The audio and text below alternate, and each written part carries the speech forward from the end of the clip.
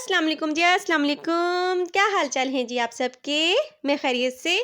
अल्लाह पाक आप सबको भी अपने हिफ्ज़-ओ अमान में रखे जी, आमीन। आज मैं लेकर आई हूँ जी आप सबके लिए ढाबा स्टाइल बहुत ही मज़ेदार खिली खिली सी माश की दाल।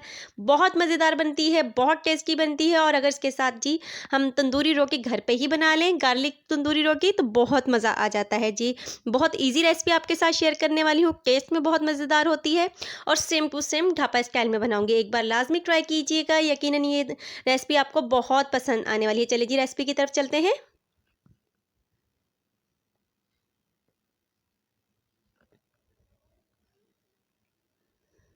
ये तमाम इंग्रेडिएंट्स हैं जी हमारी रेसिपी के, जिसमें मैंने 1.5 कप दाल ली है माश की और इसको 80% बॉईल कर लिया है। और यहाँ पे मैंने लिया है कुकिंग ऑयल, हम 1 कप यूज़ करेंगे यहाँ पे।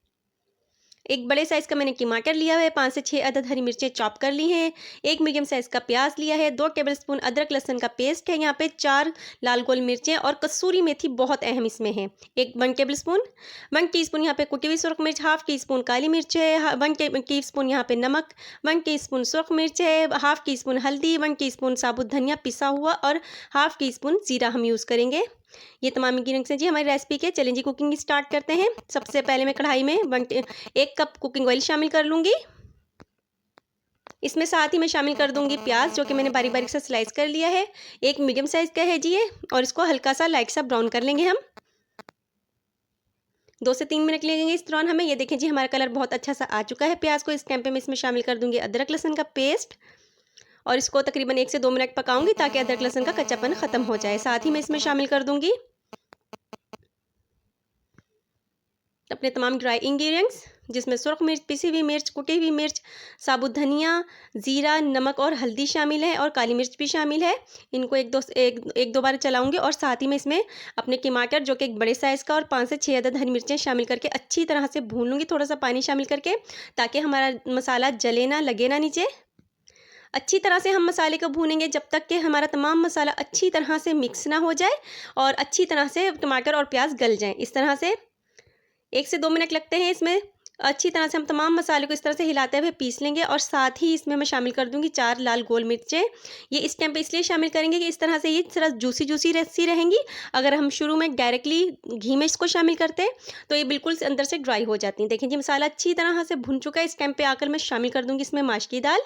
माश की दाल को मैंने तकरीबन आधा घंटा भिगोकर और 80% गला लिया है बॉयल करके, और इसका जो पानी है वो मैंने ज़ाया नहीं किया, वो हम इस टाइम इसमें शामिल करेंगे। इस तरह से आपकी अगर माश की दाल बनाएंगे बहुत मज़ेदार बनेगी। ये देखें जी, इसमें तकरीबन आधा कप में अब इस टाइम पे माश की दाल को अच्छी तरह से मसाले में मिक्स करने के बाद आधा कप इसमें मैंने पानी शामिल कर दिया है, जिस पानी में मैंने माश की दाल को गलाया था। बहुत मज़ेदार बनती है, बहुत इजी रेसिपी है, झटपट तैयार हो जाती है। एक बार लाजमी ट्राई कीजिएगा और इसका टेस्ट तो बहुत ही मज़ेदार होता है। सेम टू सेम हम जो रेस्टोरेंट्स में खाते हैं ऐसे ही बनता है। अच्छा जी, पानी शामिल करने के बाद 5 से 6 मिनट का हम दम लगाएंगे ताकि अच्छी तरह से जो हमारा मसाला है वो दाल में रच बस जाए और इसमें अच्छी तरह से तमाम स्पाइसेस मिक्स हो जाएं। इस टाइम पे आके जब मेरा तमाम पानी ड्राई हो चुका है, इसमें से मैं इसमें कसूरी मेथी शामिल करूँगी। कसूरी मेथी से इसका टेस्ट बहुत इन्हेंस होता है। इसको हम पहले नहीं शामिल करेंगे। अगर हमने कसूरी मेथी पहले शामिल कर दी तो हमारा दाल का टेस्ट थोड़ा सा कड़वास जैसा हो जाएगा। इसको बिल्कुल लास्ट में हम शामिल करते हैं, जब हमने चूल्हा बंद करने से तकरीबन 1 से 2 मिनट पहले। देखें जी दाल ने घी छोड़ दिया है और दाल बहुत माशाल्लाह गल चुकी है और बहुत खिली खिली सी बनी है। अगर आपको मेरी वीडियोस अच्छी लग रही हैं तो प्लीज़ लाइक कीजिए, शेयर कीजिए और सब्सक्राइब कीजिए, और कमेंट बॉक्स में अपनी राय का इजहार भी कीजिए ताकि मैं मज़ीद इस तरह की वीडियोस बनाती रहूं। इस टाइम पर आकर मैंने इसमें गार्निशिंग के तौर पर धनिया शामिल किया है और साथ ही साथ मैंने यहाँ पे गार्लिक तंदूरी रोटी तैयार की थी घर पे ही तवे पे। अगर आपको इसकी मेरी रेसिपी चाहिए तो इसका मैं लिंक डिस्क्रिप्शन में लगा दूँगी। साथ जी हमने अचार लिया है और कटा हुआ प्याज है, बहुत मज़ेदार बनता है। एक बार लाजमी ट्राई कीजिएगा, ये यकीनन रेसिपी आपको बहुत पसंद आने वाली है। इसके साथ ही मुझे इजाज़त दीजिए। अल्लाह हाफिज़।